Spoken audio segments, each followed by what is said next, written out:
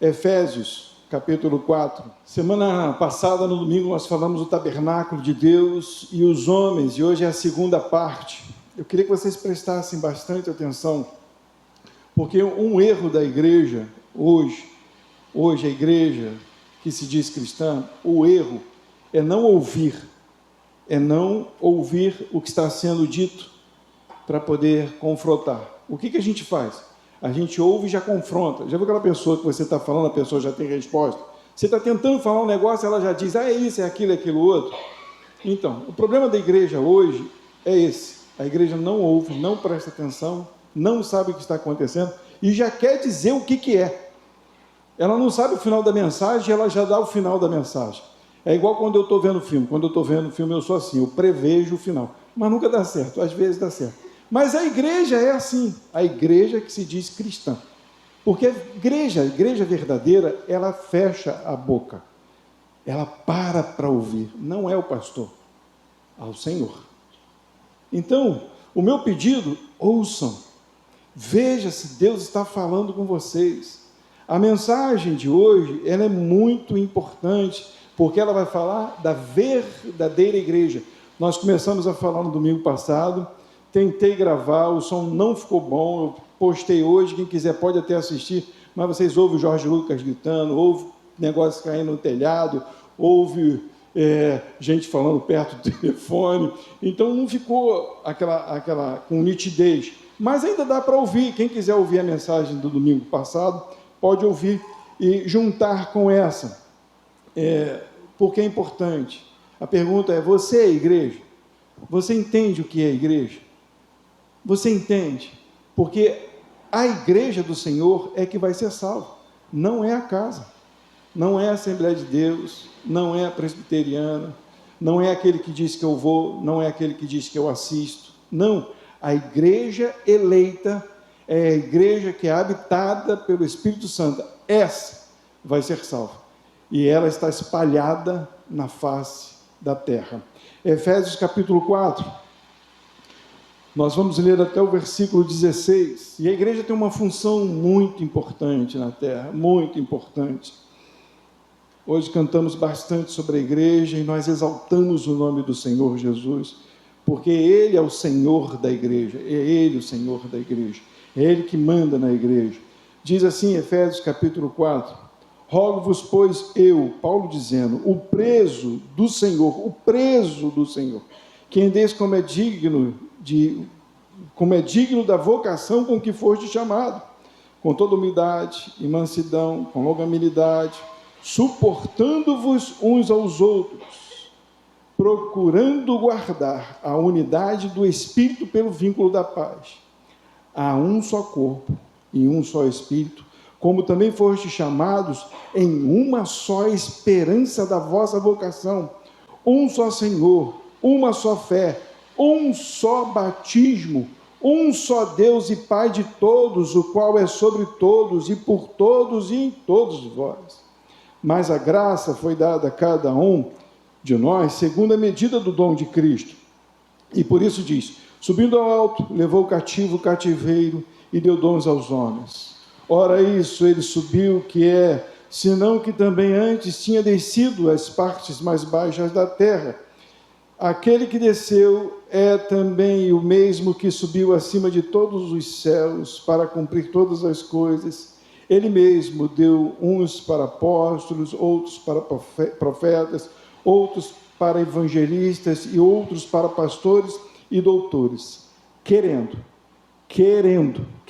o aperfeiçoamento dos santos para a obra do ministério, para a edificação do corpo de Cristo, até que todos cheguemos à unidade da fé, ao conhecimento do Filho de Deus, a homem perfeito, à medida da estatura completa de Cristo, para que não sejamos mais meninos inconstantes, levados em roda por todo vento de doutrina, pelo engano dos homens que com astúcia enganam fraudulosamente, antes seguindo a verdade em amor, cresçamos em tudo naquele que é a cabeça, Cristo, do qual todo o corpo, bem ajustado e ligado pelos auxílios de todas as juntas, segundo a justa operação de cada parte, faz o aumento do corpo para a sua edificação em amor. Paizinho,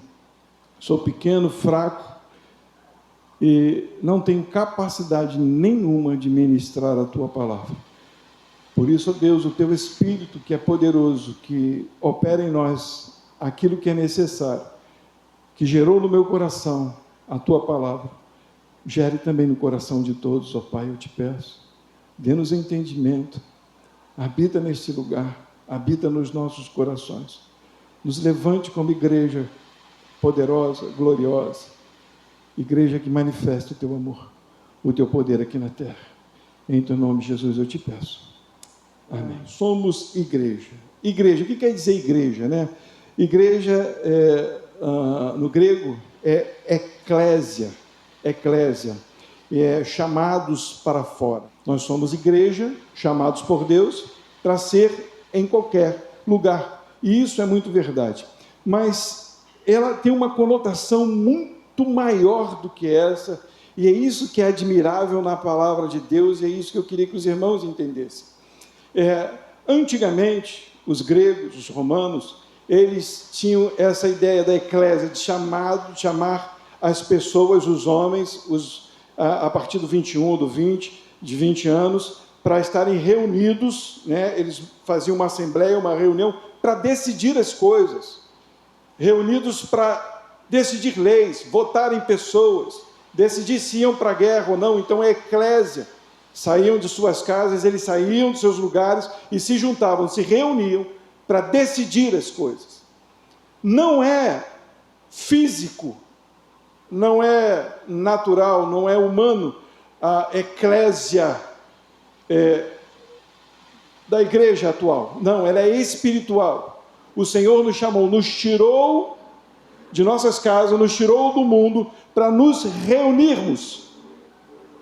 Não é uma igreja solitária, não é uma igreja de uma pessoa, não é uma igreja de eu sou e os outros que se dão, não é uma igreja de o Espírito fala comigo uma coisa e o Espírito fala contigo outra coisa. Isso é mentira. O mesmo Espírito que fala comigo, fala com vocês. Se existe alguma coisa fora da palavra, é porque não é o Espírito de Deus. Essa é a função principal, original, única da igreja do Senhor. Observar, analisar, entender e fazer parte de um reino inabalável. O reino que congregamos para aquele que conhece a Deus é um reino inabalável, é um reino tirado do mundo, é um reino de pessoas que saíram do mundo, é um reino de pessoas que renunciaram, como foi dito aqui, à sua própria vida. Porque a igreja de Deus, ela não concorda com a vida que leva. Ela renuncia à vida por amor a Deus, porque ela sabe que o coração dela conduz ela por caminhos estranhos. Por quê, pastor? Porque somos pecadores. A Bíblia diz que enganoso é o coração do homem mais que todas as coisas. Maligno, quem o conhecerá? A Bíblia diz isso. Então eu, conhecendo quem sou e conhecendo quem Ele é e sabendo o que Ele faz por mim, eu renuncio à minha vida para ouvir a voz dEle, para que Ele me conduza pelo caminho que Ele quer, me tirando do mundo. Essa é a eclésia, essa é a igreja de Deus, chamados para fora do mundo, fora do sistema, para a reunião dos santos, dos eleitos de Deus, não só aqui, mas espalhado por toda a face da terra. O meu coração, o seu coração, que é cristão, que conhece Jesus, está unido lá no Japão, com os olhinhos puxados, cristão. Falando na língua deles, eu falando na minha. Porque há um só Espírito que nos une, nos faz um único corpo, que é o corpo de Cristo, que é conduzido por Cristo Jesus. Por isso a gente vai entender que Jesus diz que somos, chamados por Cristo, de seu corpo. Abre para poder ficar bem nítido. 1 Coríntios capítulo 11, 24, e depois Colossenses capítulo 1, versículo 24. Que diz ali, isso é a ceia do Senhor, diz assim: e tendo dado graça, partiu e disse: tomai e comei, isto é meu corpo que é partido por vós. Fazei isto em memória de mim. Fazei o quê? Parti o corpo. Agora, olha o que diz em Colossenses, capítulo 1, versículo 24. Regozijo-me agora no que padeço por vós, e na minha carne cumpro o resto das aflições de Cristo, pelo seu corpo, que é... O que Paulo está dizendo? Que ele está fazendo aquilo que Jesus mandou. Eu estou fazendo simplesmente uma conexão. Jesus disse: parti o pão em memória de mim. Façam isso. E Paulo agora não está fazendo algo ritualístico, mas verdadeiro. Ele está partindo a sua vida em amor de Cristo pela igreja e por Cristo. Amém? Então, a ideia é que a minha vida agora faz parte das mesmas obras de Jesus. Eu agora trabalho o mesmo trabalho que Jesus. Jesus me chamou e disse: agora partam a vida de vocês em favor de outros, façam o mesmo. Eu dei a minha vida, agora vocês são o meu corpo, eu dirijo a vida de vocês, eu vou dar a minha vida através de vocês pelo mundo. A vida de vocês agora não pertence mais a vocês, a vida de vocês agora pertence a mim, para que ela seja dedicada a mim, para que vocês possam me representar no mundo. Paulo, ele se alegra por isso, por padecer na carne, ele sofre na carne o resto das aflições, isso é, toda perseguição ainda contra a igreja, Paulo está sofrendo, mas com alegria, porque ele sabe que isso é para crescimento, que isso é para edificação, que isso é para salvação de outros. Então você e eu somos igreja, se verdadeiramente entendemos isso, porque se não entendemos isso, não somos igreja. Não vem com aquele papo, eu sou igreja, eu faço o que eu quero. Não existe isso. A igreja de Deus está completamente ligada a Cristo. E Cristo Jesus nos usa como quer. E aquele que é usado por Deus é alegre por ser usado por Deus, por fazer a vontade de Deus, segundo o desejo de Cristo. Vocês estão entendendo até aí? Está tranquilo? Amém? Então vamos lá. Então vamos entender esse texto que nós lemos aqui. Porque de 3 coisas ele vai falar para nós essa noite, muito importante. Pode ser que eu não vou demorar, porque eu sei que hoje é a ceia. E também, se demorar, não tem problema, porque eu continuo outro dia, a gente já entende isso, que aqui ele não tem pressa de nada. Deus não está com pressa de nada. Ele vai falar o que é necessário para o seu coração. 3 coisas nós precisamos entender. A primeira, ligados pelo mesmo Espírito, é o que o texto vai nos informar. A segunda coisa, vivendo a mesma esperança. E a terceira coisa, a bênção de um é a bênção de... Pastor, você colocou lá no grupo. Eu coloquei lá no grupo aquilo que eu já estava estudando para os irmãos. A bênção de um é a bênção de todos. Então, a primeira coisa que a gente precisa entender é que nós estamos ligados pelo mesmo Espírito, vivendo a mesma esperança. Se não é ligado e se não vive a mesma esperança no mesmo Espírito, não é a igreja de Deus. Olha o que diz aí, Efésios capítulo 4. Rogo-vos, pois, eu preso do Senhor, que andeis como é digno da vocação com que foste chamado. Primeiro, andar de forma digna. De que forma? Da forma com que Jesus te chamou. E de que forma Jesus te chamou? A deixar o mundo, a negar a sua vida, a não andar conforme você acha. Tudo que você tem vem de Deus. O entendimento, sabedoria, habilidade, seja lá o que for que você acha que você é bom, quem deu foi Deus. E tudo aquilo que você queria ter, que você olha assim, poxa, eu queria ter esse dom que a pessoa tem, caramba, como é legal isso aí que ele faz, ou isso aí que ela faz, Deus não te deu, porque não era para você. Deus te deu o que era necessário você ter, e nem todo mundo vai ter o que você tem. Então, tenha entendimento que você deve andar de forma digna, com a vocação que Deus te deu.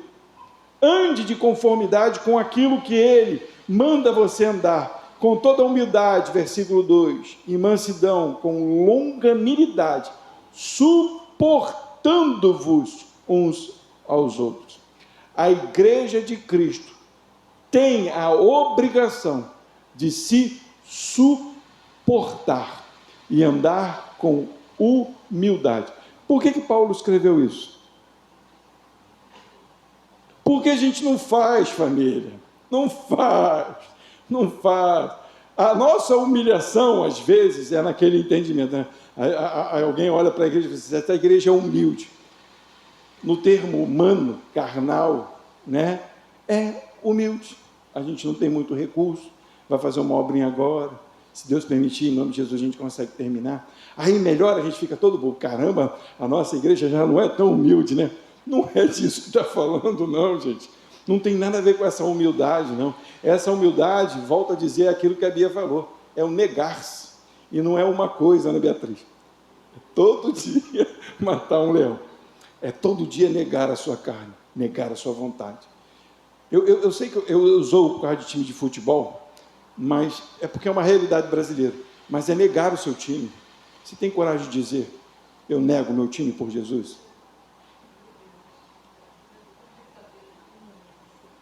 Eu estou falando de algo que é do Brasil. Vamos falar de coisa. Vou apontar para lá, mas não, vou apontar para cá. Você tem coragem de negar o seu café com leite por causa de Jesus? Café com leite, pastor? Pelo amor de Deus. Café. Gente, é essa questão de você negar. Você tem coragem de não bater boca com aquele que vem te afrontar? É uma luta diária, é um negar-se a si mesmo, porque se você coloca alguma coisa, a tua razão, na frente de Deus, você não é digno da sua vocação, com que você foi chamado, com que eu fui chamado, não sou digno de ser chamado igreja. Pum, pesou. Essa é a realidade, é isso que Paulo está falando. Ele se alegra porque ele se humilha.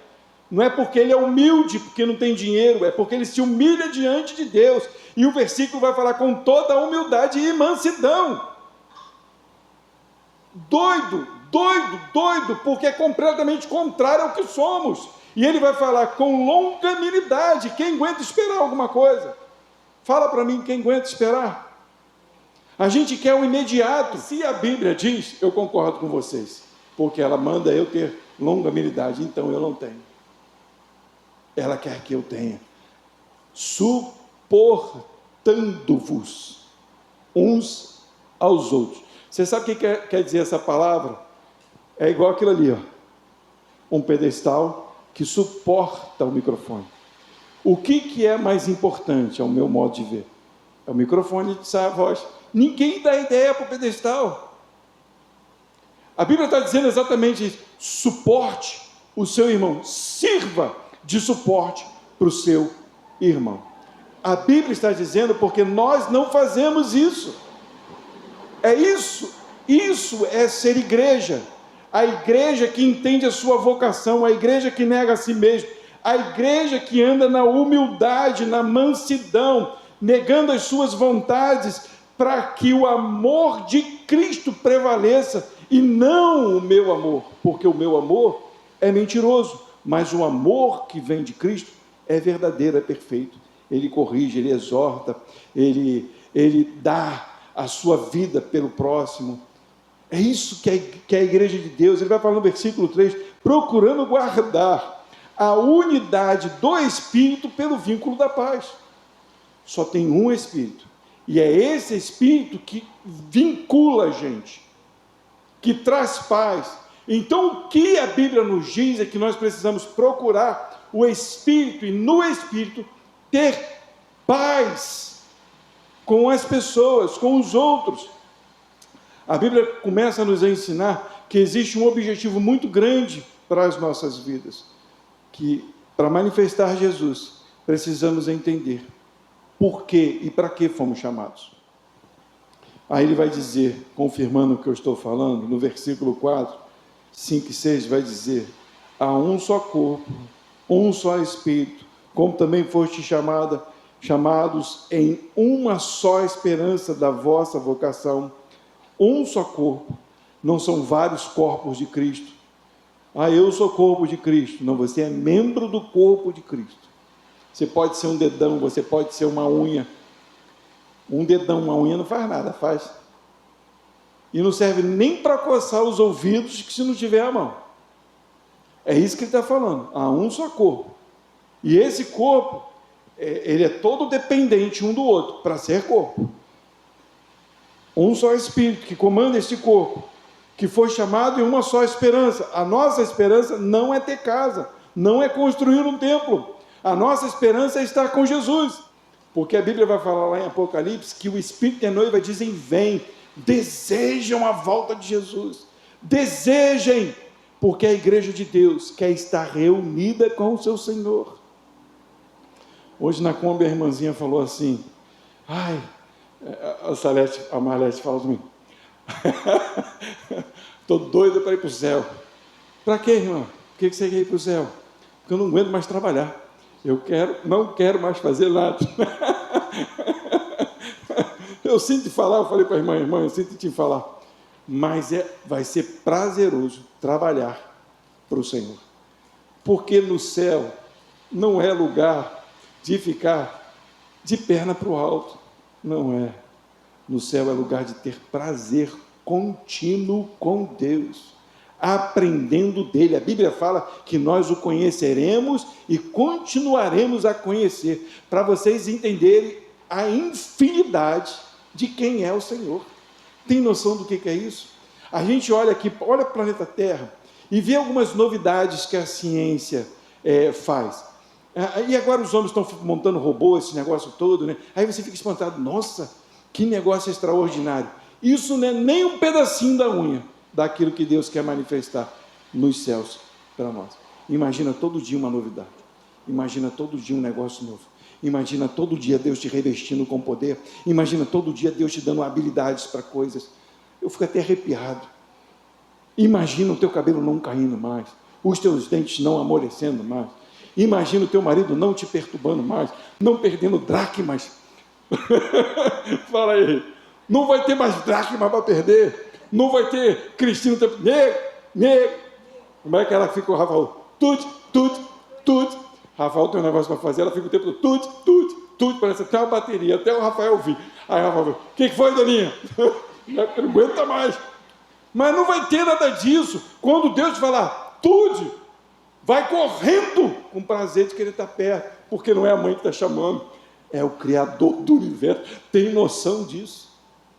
Mas só vai estar lá com ele a igreja verdadeira do Senhor, aquela que se humilhar diante dele, aquela que negar a sua vida diante do mundo, aquela que dizer: Jesus, eis-me aqui, eu não posso, faz o Senhor, porque eu preciso de ti.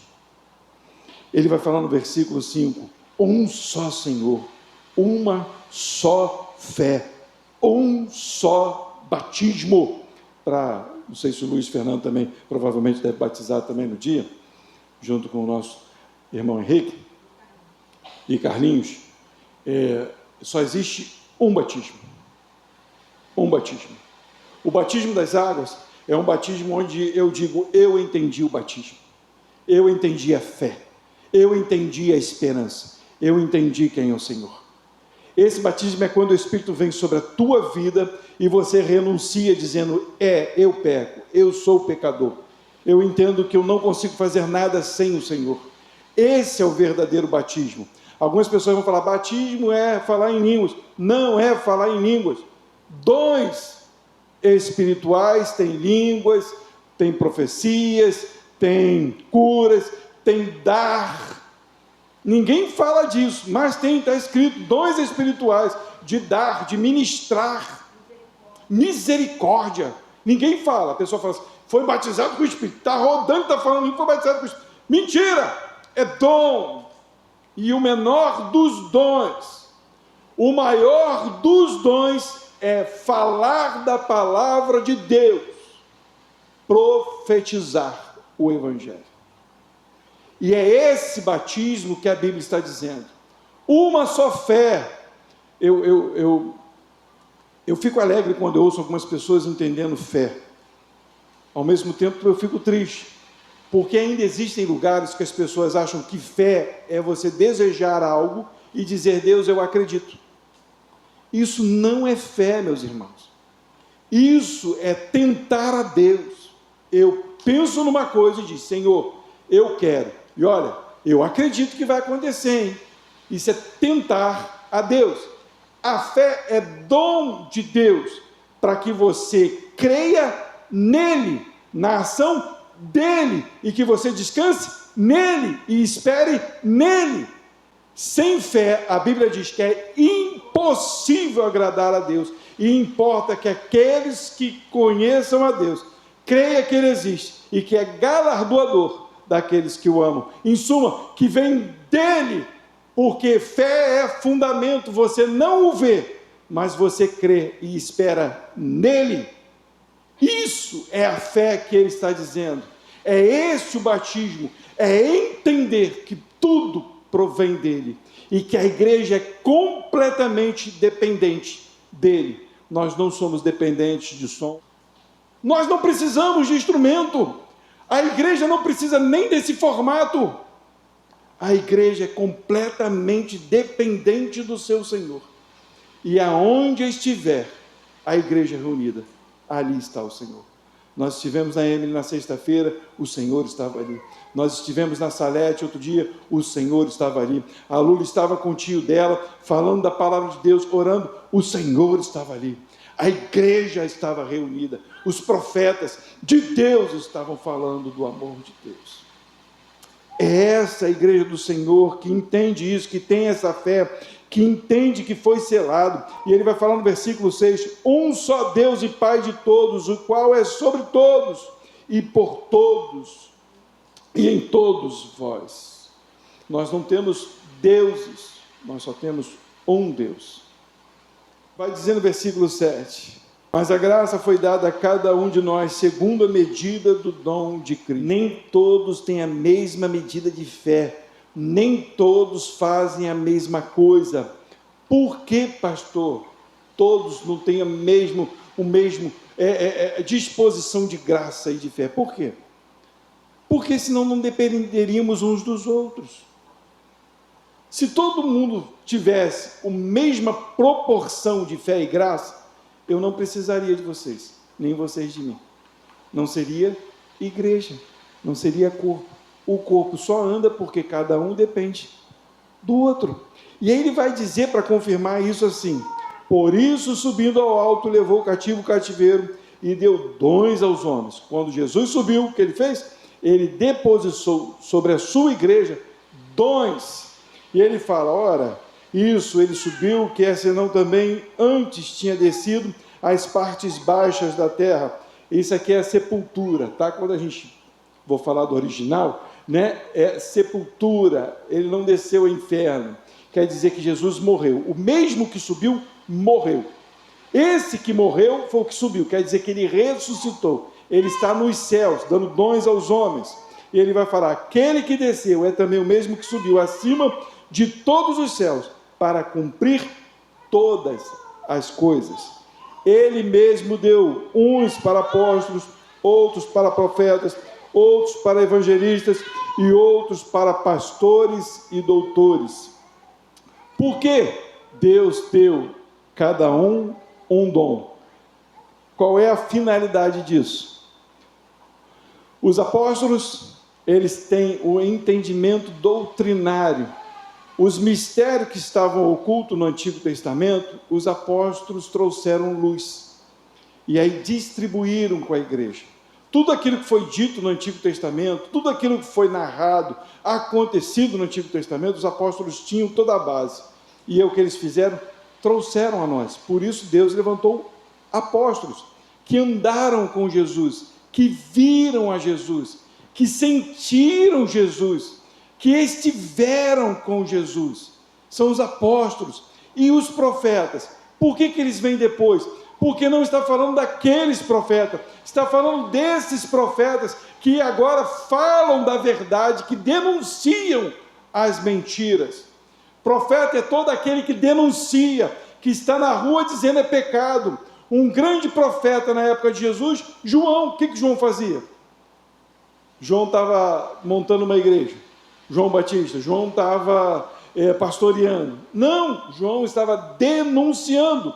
Os sacerdotes da época, os fariseus, eles estavam indo completamente contrário à palavra, e João estava lá dizendo, raça de víbora, porque eles estavam negando o Cristo, negando a palavra, negando a lei de Deus.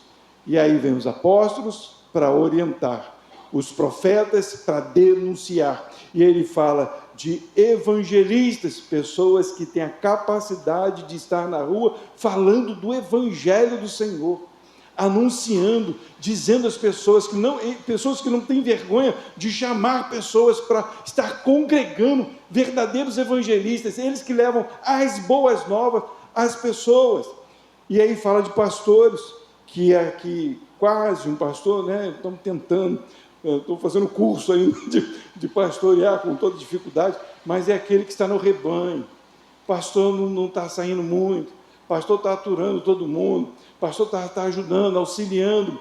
E os mestres, aqueles que ensinam. Está duas professoras aqui, a Cristina e a Louise. A Cristina entende que o pastoreio dela não é porque ela é pastora, é por causa do pastor. O pastor sou eu. Ela não precisa pastorear, ela precisa ensinar, estar junto, cooperar, ajudar. Então Deus distribuiu dons aos homens. Para quê? Para que Deus inventou isso? Está escrito aí. Aí eu quero que a igreja leia. Versículo 12. O que está escrito aí, igreja? Criando o aperfeiçoamento dos santos, para a obra do ministério, para a edificação do corpo de Cristo. Para quê? Para o aperfeiçoamento dos... Quem são os santos? Somos nós. Pode falar, somos nós. Somos nós. Por que nós somos santos? Pastor, eu ainda perco o dracmas, eu ainda brigo, mas nós somos santificados pelo Espírito. O aperfeiçoamento daqueles que vão ouvir a voz do Espírito Santo. Não é daqueles que andam segundo a sua vontade, é daqueles que andam segundo o Espírito. Esses são os santos de Deus, foram selados para a salvação. Para quê? Para a obra do ministério. Sabe o que significa essa palavra ministério? É interessante que ela não é simplesmente serviço, né? Porque ministério é serviço, mas é diácono, é servo, é escravo, é dependente de um dono. Tem noção disso? Então, Deus chamou pessoas para aperfeiçoar a igreja, para que essa igreja esteja presa ao Senhor Jesus, e assim sendo edificada, e ele completa, do corpo de Cristo. Para quê? Para a edificação do corpo, que é de Cristo, que é uma igreja que está presa a Jesus. O corpo é de Cristo. Quem manda no corpo? Não é o cabeça? Então não é o pastor. A gente só trabalha na igreja para que a igreja chegue ao entendimento que precisa servir ao Senhor. Essa é a edificação que a igreja precisa ter, está completamente dependente do seu Senhor. E ele fala no versículo 13, até que todos cheguemos à unidade da fé, tenhamos uma mesma fé, e ao conhecimento do Filho de Deus, a homem perfeito, à medida da estatura completa de Cristo. Deus deu dons para que eu e você chegássemos a uma mesma compreensão de fé, ao mesmo patamar de fé, de entendimento, para que o corpo pudesse ser e resplandecer a Jesus. Quando as pessoas olharem lá de fora, e vão olhar e vão dizer, esse é um servo de Deus, essa é uma serva do Senhor, esse verdadeiramente é cristão. Poxa, esse realmente representa Jesus. Eu fico feliz que algumas vezes, isso era raro acontecer comigo, as pessoas falavam muito mal de mim. há um bom tempo atrás, não é agora não, tá, gente? E quando eu comecei a trabalhar lá na igreja, algumas pessoas vieram até mim sem eu dizer nada, nunca disse que era pastor, nunca nem disse que era crente, nunca fiquei mostrando currículo nem nada para ninguém. E o rapaz olhou para mim umas 2 vezes, o outro, até porque eu troquei de carro, ele achou que eu era pastor, mas esse aí é maluco. Mas ele falou, cara, tu é pastor, não é pastor? Eu falei, quem te contou? Cara, tu tem jeito de pastor. Eu falei assim, até hoje eu não acho que eu tenho jeito de pastor, mas tudo bem. Mas é isso, não é de alguém reconhecer um ministério, mas de reconhecer que você serve a Deus pela tua conduta. Se a tua conduta revela outra coisa, tem alguma coisa errada. Se a tua conduta diz assim, não, essa pessoa vai na igreja, eu não sei, vai na igreja, vai. Não, mas olha, ela só vai na igreja, ou ele só vai na igreja. Porque, olha, vou te falar, a pessoa não é mole não. Quantas vezes a gente já ouviu isso de algumas pessoas? Um monte, gente. Isso aí só diz que é crente.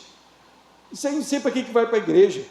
Não adiantou nada, não serviu de nada. É assim que as pessoas falam. Mas é muito gostoso quando alguém diz para você, caramba, de verdade, eu vejo você uma mulher ou um homem de Deus. Esse é o aperfeiçoamento. Por isso Deus deu dons aos homens. Por isso Deus reuniu a igreja. Por isso Deus disse, suportai-vos uns aos outros. Por isso Ele falou, andem junto. Por isso Ele disse, não se dispersem. Não andem sozinhos. Por isso a Bíblia diz isso. Andem em humildade, andem em mansidão, andem ouvindo a palavra, andem prestando culto, estejam juntos, partam o pão, comam junto, para que estejam aprendendo mais de Deus. E assim nós chegarmos à estatura completa de Cristo, sermos completamente parecidos com Jesus. É isso que a palavra nos ensina.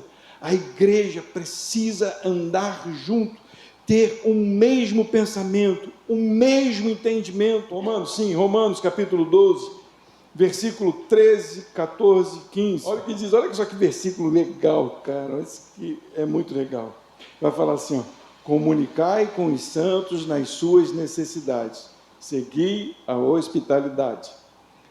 Ele está dizendo, andem juntos, veja qual é a necessidade do seu irmão, o que ele está precisando, andem entendendo a necessidade uns dos outros, e ele vai dizer, abençoai ao que vos persegue, abençoai e não amaldiçoeis. O que é abençoar e não amaldiçoar? Às vezes a gente diz assim, é só eu não proferir nenhuma palavra de maldição, seu miserável, desgraçado, seu maluco, retardado, sai fora, vai para o inferno. Não é só isso não. Às vezes nós amaldiçoamos quando deixamos de trazer o bem, quando poderíamos trazer o bem, que é Cristo. Você está vendo a pessoa indo para o buraco, e você diz, tomara que vá, só no teu coração e na tua mente. Você está amaldiçoando quando você poderia dizer, olha, Deus tem algo para a tua vida. Você precisa do amor maior, Jesus. É isso que a Bíblia está dizendo. Abençoai e não amaldiçoeis. E ele vai dizer no versículo 15, alegrai-vos com os que se alegram e chorai com os que choram. Que é a bênção de um, é a bênção de todos. Alegrem-se, estejam felizes quando alguém tem a oportunidade de ter alguma coisa que desejava, né?